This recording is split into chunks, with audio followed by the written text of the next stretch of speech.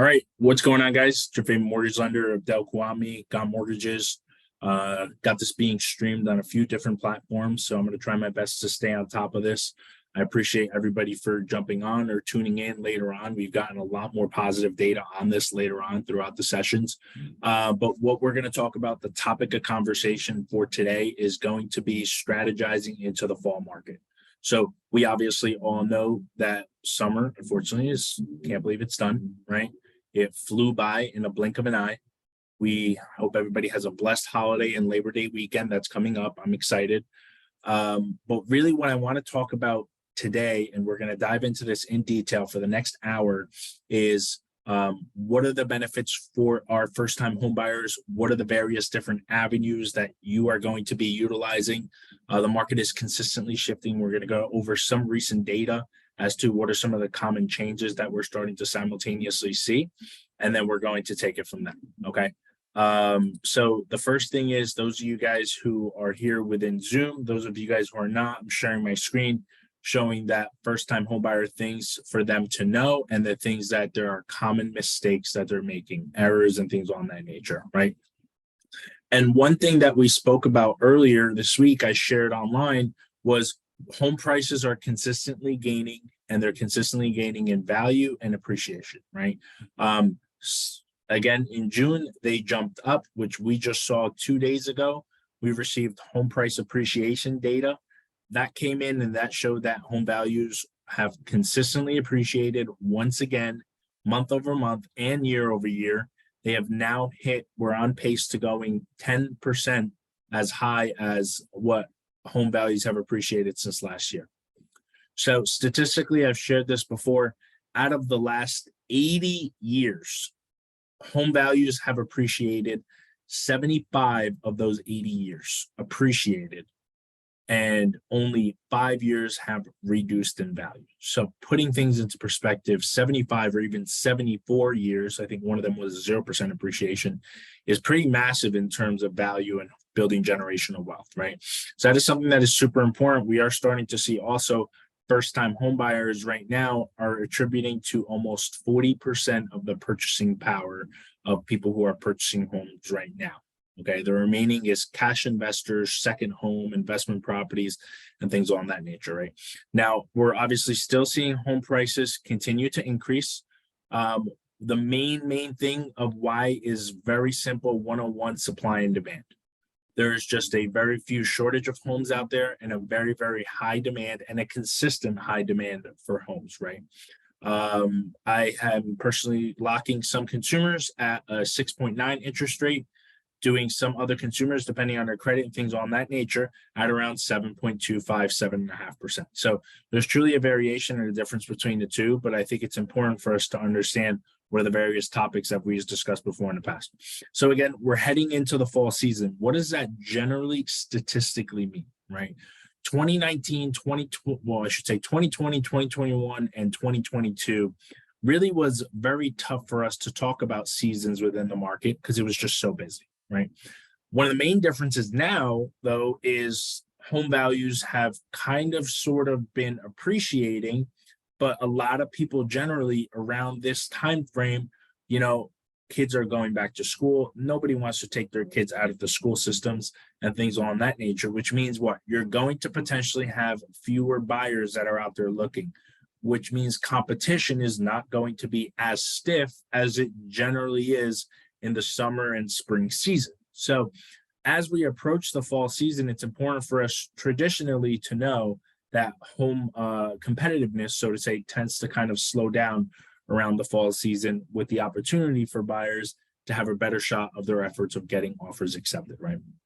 Generally, again, in the colder climates, you usually have that advantage of that less competition, so to say. So again, what are the things to consider? The first and foremost of the most important thing is simply the price, right? Obviously, we're getting a product, the home. So the price is one of the main contributing factors. So we're looking at price. Price is, once again, one of the components we think of affordability. It's no secret that interest rates are multi-decade highs, but that is still not deterring consumers from buying.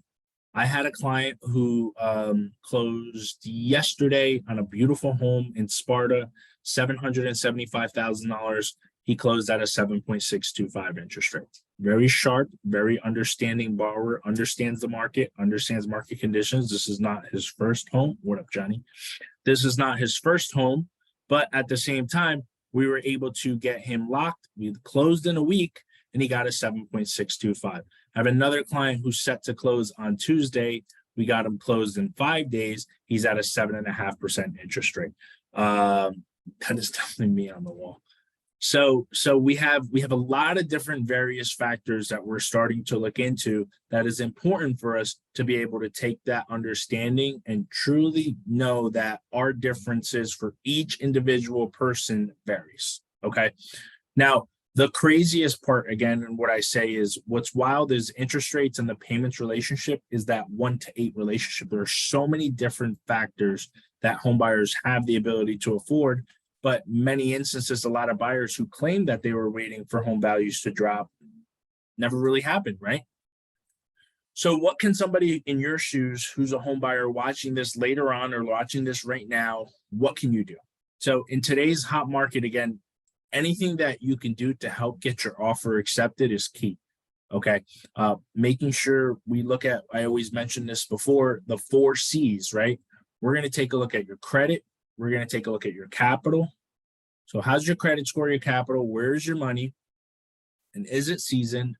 We're going to look at simultaneously the availability in terms of your collateral, what you're looking to purchase, and then your capacity to repay the loan. Every single institution uses these 4 methods to qualify a borrower. Okay. Your credit, your capital, your collateral, and your capacity to repay the loan. Okay. So we have to think about that. So we want our credit to be in the best standings. So if your credit's not in the best standings, you guys go to the app store and you download my app, Paramount Data Vault. You type in Got Mortgages 1. It's going to give you my own individual code. It's 100% free. And you're going to track your credit and you're going to see all your valuable information from there. That's the first thing. Then we're going to talk about our offers and how are we going to structure the offers. So the last home buying seminars 2 weeks ago, I specifically covered for us what are the different various tips and tricks and techniques of what we should be doing in order to get our offers accepted. Okay. Very important for us to understand those various tactics are what is allowing our clients right now to get their offers accepted. Okay. We had a situation the other day where we were going back and forth with a client. Eventually, he understood and listened to us that he had to waive the appraisal and we were going to protect him in case there was any shortage. Boom, offer got accepted. Then I have a few other clients that unfortunately may necessarily not take our recommendations. And then the offer is just not getting accepted. And we're running into potential ways we're just not getting the homes that we had a shot at. Okay. Now, home ownership, again, no matter what, consistently is still affordable, right? Despite the home prices, it is still more affordable than a typical renting household in 2022, judging by how rental values are simultaneously increasing. So in 2022, the monthly mortgage payment actually accounted for about 20.9% of the household income. During the Great Recession, the mortgage payment accounted for almost 25%. Okay. So if you want to put things into perspective, obviously buying a house, if it's 20% of your mortgage payment of your household income is still much less than in the Great Recession being almost a quarter of 25%. Okay.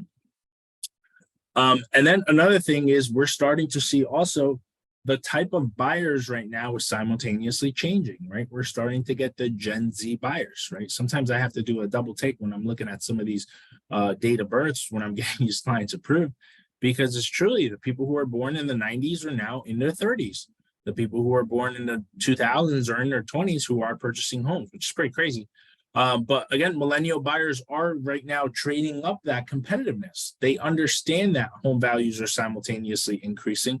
But at the same time, we need to keep an eye on the interest rates and what that means, because right now, home values, if they're going to continue to appreciate of more than 10%, that may or may not kind of show a little bit of a shift in terms of the structure of separation, right? So then we're going to also count what the Fed is watching right now is raising income and wage growth, right? That is something that we keep looking at is, are we making the same or are we moving at the same pace in terms of wage inflation as we should be when it comes to how fast things are going up in value, right?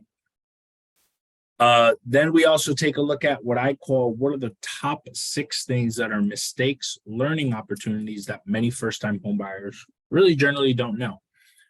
And mistakes, again, are learning opportunities. And these 6 things, I always say this to clients, you do not have to wait to have 20% down. That sweet spot is that 3.5% down or 5% down. Don't get boggled into all the little media, 1% down this platform or 1% down that platform. They all root down to the same thing. It is based off of a 3% home ready program. Zillow will give you a higher, damn, I was supposed to say that name. The platform was supposed to give you a higher interest rate and offset it, or the costs are somehow, some way associated throughout, right? But it does go within those avenues of where it's supposed to show, from the 3% to the 1%. Okay. And then you're supposed to find the perfect agent. That is so crucial for you, that you want to make sure you're finding the person that you are truly 100% going to be clicking with, and that are going to be able to help you understand what are the strategies that you should be employing within this market, right? The third thing is you want to make sure that you're shopping around for the home. And when you're shopping around for the home, it is the home that you're shopping for and not the mortgage. I have never in my entire life seen so many different consumers who are out there shopping more for the mortgage than the home itself, right? Many banks, many institutions offer the same. I mean, listen, there are going to be some certain circumstances where you're getting taken advantage of. I just had that client who closed yesterday in Sparta, who came to me from a different lender. We saved him $6,500 in overall cost from the interest rate, and he was able to close in 7 days. So, I mean, it is truly a case-by-case basis, but I think it's really important, if you're noticing the lender is being very transparent in your offerings and what's being given to you, more than likely they're operating at a very good old-fashioned, transparent way. And then we have applying for a mortgage. So when you're applying for a mortgage, again, there's a lot of first-time homebuyer programs that are out there. 3.5% down FHA. You can go with down payment assistance to the NJHFMA and various different programs. Now, you do have to qualify for that stuff, but you want to make sure that you're taking the necessary steps to get familiar with those avenues and put your income in the right ability and your credit to qualify for those type of stuff. And then you want to be able to, again, don't be buying more home than you can obviously afford. Super important. So a lot of people, yes, they can qualify based on their debt to income ratios. Obviously, we're not going to give them a mortgage if they don't, but we also simultaneously, you yourself know your budget. Remember, we're not looking at your cell phone bill. We're not looking at, your kids' daycare and child support and stuff like that. Well, child support we love, but individual daycare stuff. So you yourself know your position, most importantly, aside from the lender, from a qualification perspective, as to having a budget set in place on top of the things that don't report to your credit. So when we talk about, not having to wait for that 20% down, take a look at this. In July of 2022 or 2023, almost 3 out of 4 first-time homebuyers bought their home with less than 20% down. So 3 out of 4 homebuyers bought their home with less than 20% down. And again, that median down payment for those first-time homebuyers who financed their home, it was literally just 7% down. Okay. And that gives things into proper perspective. So it's obviously not surprising that we're seeing first-time homebuyers at the same time want to get in on this action and buying the property a lot sooner than they necessarily should, right? We're also talking about finding the perfect agent. So super important when you're walking into open houses that you have a real estate agent right next to you, right? A buyer's agent is going to really always represent your best interests. Apparently the new thing now is go into the house and find a listing agent to represent you as well. You're going to run into a lot of different situations where it's very tough. I don't know, they're supposed to be non-biased or whatever the case may be, but many times, more than likely, and I see this and I've been part of these transactions where the listing agent represents both, and then it just becomes a little bit difficult as to there being without them favoring at least one side of the spectrum. Now, again, guys, these are important questions for you that you should ask your agents. So listen up, because this is super important. Questions that you should be asking your real estate agents to find out if you connect is, the first thing is, how do you communicate with your home buyers and how quickly do you respond to their messages, right?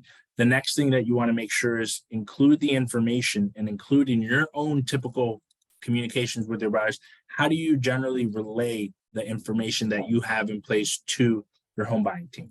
Okay. The third recommendation is, who do you currently have that is working on your team, right? You want to make sure that you're having that right professional from the real estate side that is going to be assisting you within those avenues, right? And then the last question is, what are some of the ways that you can do, as I've shared before, that are going to make your offer more attractive besides just increasing that purchase price, okay? Now, as I mentioned, shopping around for a home and not the mortgage. There's so many mortgages out there, again, that homes that are on the market. In 2019, 50% of home buyers applied only at the first mortgage lender, only with one mortgage lender. By comparing those offers, they were able to save, again, almost $400 in interest over the years. Also, finding a home, but not the neighborhood. So you want to take some time to explore the community, ask around the neighborhood, get an understanding, considering that lifestyle that you're going to be simultaneously getting into as well, and that you're going to be leading. You know, again, lower property taxes make you feel like you have a better wiggle room for a home, which is true, but you also want to make sure that it's essentially the house that you simultaneously want to be living in, because more than likely you're going to be living there for more than a few years, right? Now, again, first-time homebuyer programs, guys, there's quite a few. So a lot of the different popular loans that are out there, we all have heard of them before. An FHA loan, a home ready program, like I mentioned. You have, if you're essentially, you can buy a USDA loan, which is the United States Department of Agriculture loan, that is going to simultaneously give you the ability to be able to purchase the house in rural areas with low and moderate income simultaneously. If you're a vet, there's absolutely no reason why you are not looking into some of the perks and some of the recommendations of a VA loan. Okay. Debt to income on those is usually pretty flexible. You can have obviously 0% down, and then you want to make sure there's no obviously mortgage insurance at the same time, which helps with your payments. So we have that. Now, buying more home than you can afford. This is something that is just so important that I stress to a lot of our clients. The maximum that you're pre-approved to borrow for many people is a lot different than the maximum that you should be spending at home. Okay. Now, as a lender, we're going to check your finances. We're going to tell you what you qualify for, what you're approved for, based on standard industry qualifications, right? We're going to look at, like I said, your credit score, your debt to income, your collateral with your loan to value. We're going to look at where your money is coming from and make sure that. But again, we don't have that so-called crystal ball that is going to simultaneously not account for various different future items that we just truly don't know if it's on your credit or not, such as child daycare, how many mouths you have to feed, food, we all know, and things on that nature that we don't necessarily count when you're purchasing a home, right? So the last thing, again, is not that you know what not to do. There are just so many different ways and so many different avenues for us to understand this information. I truly think it just means that we have a better understanding and what are the pros and cons when we're buying a home, and what are the different avenues that we should be looking into when we're looking to buy a home. And then we simultaneously have the ability to take it from there. Okay. So you want to make sure that you guys are placing yourself in the best possible position that when you are able to buy, you're using the trusted financial advisor who is going to be able to put you in the best possible position to be able to strike when you have an offer in place, right? And then the next topic that we wanted to cover is, again, understanding kind of the market and understanding the importance that, listen, some of the changes that the Federal Reserve is doing right now and things like that, we have to truly understand that a lot of the changes that they're doing, it takes time. And the Federal Reserve interest rate hikes, really don't know what's going to be the stance next month, if they're going to be hiking their federal funds rate or not, as a means to slow down inflation, right? We got some updated data this morning regarding PCE, and inflation did increase, which we expected it to. It actually came right at what the expectation was of 4.2%, because remember, it's replacing last year's data. But we are starting to see, though, that the labor market is slowly slowing down. Did get a little bit of a high, or I should say a low jobless claims this week. But all in all, interest rates have gone from almost as high as 7.5 to now we're back to the low sevens, like 7.10, 7.05, which is great. So again, you want to make sure that when you're setting those proper expectations with the clients, and with your individual agents, that those expectations are made. Because again, high asking prices for homes, many sellers are reluctant, like I said, to lower their prices. I'm definitely seeing that more than ever, where I'm seeing a lot of very quick drops in home prices, where sellers are listing their homes for less than they're necessarily being initially disclosed at, which is pretty big, which is kind of showing us at the same time that that's kind of showing a little bit of a shift in the market. Now, additional programs that I always say that we want to look out for, we want to look out for your 203K loan, right? Your rehab loan. We want to look for that NJHFMA down payment assistance program. We do a lot of different various DSCR loans, which is essentially a no doc loan, or we do a lot of different non-warrantable loans that we want to make sure we're also simultaneously looking at as well. And then we have that client that I told you guys who closed in Sparta. We also put him in a 1-year Freddie Mac self-employed program, meaning that in 2021, he filed a little bit less income. Then in 2022, he actually filed a little bit more, actually almost double. Now, because of this program, the Freddie Mac self-employed program, we were actually able to get the client in there, and he was able to buy with just 1 year tax returns, right? And we were able to simultaneously get him to qualify. So I was covering with us briefly right now what the 4 C's of mortgages are, right? So we were going over your capacity, which is what can you afford from a debt to income perspective. We're going over your capital and where is your money coming from, and is it accessible, and do you have the ability to source it? We're going over your collateral, which again is based on your money and what you're looking to buy and the home itself. And then we take a look at your credit, right? Lenders are always going to check your credit score and the history of your credit score, and simultaneously make sure that you're meeting the necessary requirements that you should be. All right. And then again, when we're strategizing, when we're purchasing a home, strategizing on a home, these are the things that I want you guys to think about, right? The first thing is different ways to get our offer accepted. We're going to waive the inspection and the appraisal. We're going to offer larger upfront deposits, structure above askings like we went over, with the difference, $20,000 or $30,000 over the list price spread over 30 years may only be a $30 or $40 difference in price range, right? Paying an extra month of rent is crushing what you would have been paying for. You would have basically been paying for 10 years, paying just one $2,000 mortgage, right? Now, we're also going to be looking at various different recommendations of offering UNOs, use and occupancy agreements, very, very common right now. So it's up to us to make sure as professionals, right, clients, you're being educated about what are some of the pros and cons of doing a use and occupancy, where the seller necessarily doesn't want to leave his house or doesn't want to necessarily do those things. So those are questions that we always have our clients. And then obviously quick closings. If some of you guys saw, I just had a closing that closed yesterday, 3-day clear to close, 7-day closing. We had to wait 7 days based on federal guidelines. Now I just got another one clear to close in 5 business days, and we're going to wait 7 business days to close, which is now going to be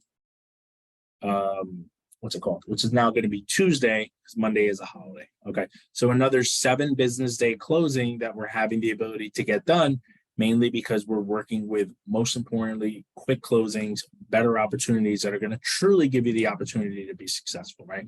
You're going to offer to pay transfer taxes. That is something that I've actually been employing with some of our clients, right? We don't have to necessarily do it all the time if there's not that much competition, but we want to make sure that we have those necessary tools in place to help get our clients' offers accepted. We're going to avoid asking for personal property is another one. Many deals I have seen literally die because clients couldn't find an agreement over the hot tub or over the fridge or washer and dryer, right? The seller left with the washer and dryer. Now you're back at the final walkthrough, and you walk to the final walkthrough and you're like, where'd the washer and dryer go? So that's another avenue. We need to understand the seller's motivation. It's a big one too. So if the seller is a little on the older side, they're not going to want to fix stuff. They may probably be more willing to give a credit. If you're dealing with an investor, he doesn't want to give a credit. He's trying to net his profit the most he can. Therefore, that seller is going to probably be more willing to fix something. So understanding that stuff is very important.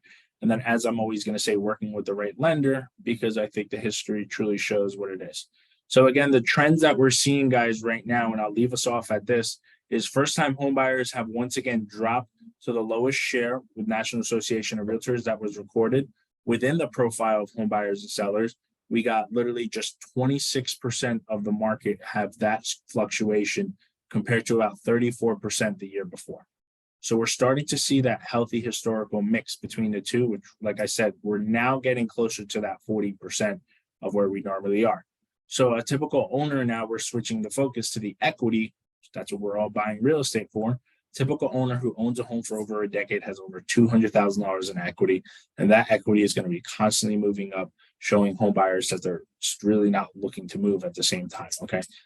So most homes, again, are priced competitively by realtors, and they're flying fairly quickly, right? So they're flying off the market and they're selling above list at just under 21 days. So if you're a home buyer or buyer, truly understanding the importance of staging your home, if you're a seller and a buyer, what are the necessary recommendations that you should be doing to make sure that you're being as competitive as you can? All right, guys, I'll leave us off at that. I know it's the holiday weekend. I didn't expect a lot of people to jump on both platforms, so I appreciate it. I'll share this on social media and we'll stay in touch. We will be doing this again. I'm going to be switching it now. We're going to be doing them Saturdays at 10 a.m. very quickly for about an hour. I'm going to constantly keep doing these every 2 weeks just so we can make sure we're staying and respecting the integrity of the value that I'm looking to provide to any client or any realtor that's out there. I appreciate you guys jumping on, and I will be in touch, and have a great day, guys. Thank you.